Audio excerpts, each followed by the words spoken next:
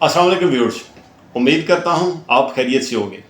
आज हम बात करेंगे एक ऐसी प्रॉपर्टी पे जो प्रॉपर्टी डिस्प्यूटेड है और जिसका केस सिविल कोर्ट में लगा हुआ है। यानी कि इनकम टैक्स की हायरार्की बिल्कुल मुख्तलिफ है और सिविल कोर्ट की हायरार्की बिल्कुल मुख्तलिफ है। यानी हम लोग इनकम टैक्स के केसेस सिविल कोर्ट में नहीं लेके जा सकते, उनकी अपनी हायरार्की है। इनकम टैक्स के अपने ऑफिस हैं, अपनी कोर्ट्स हैं। लेकिन एक प्रॉपर्टी है जो डिस्प्यूटेड है और जिसका केस सिविल कोर्ट में पेंडिंग है। इसमें दो पार्टीज हैं और दोनों पार्टीज उस डिस्प्यूटेड प्रॉपर्टी की ओनरशिप को क्लेम कर रही हैं। इस सूरत में इनकम टैक्स ऑफिसर के पास कोई इख्तियार है कि वो उस प्रॉपर्टी पे कोई असेसमेंट या रीअसेसमेंट कर सके या कोई अमेंडेड असेसमेंट कर सके? तो बिल्कुल है। एक डिस्प्यूटेड प्रॉपर्टी पेंडिंग है सिविल कोर्ट में। अब सिविल कोर्ट ने उस पर कुछ ना कुछ डिसाइड करना है।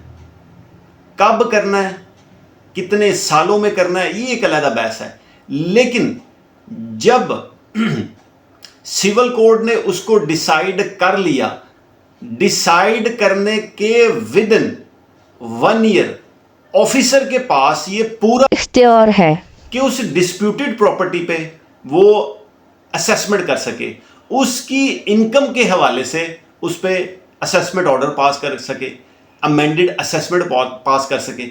यानी कि वो प्रॉपर्टी जो कोई भी डिस्प्यूटेड प्रॉपर्टी है उस पे अगर कोई इनकम जनरेट हो रही है, जिसकी पोजीशन में वो प्रॉपर्टी थी, ओनरशिप की टाइटल का वो एक अलहदा से इशू चल रहा है।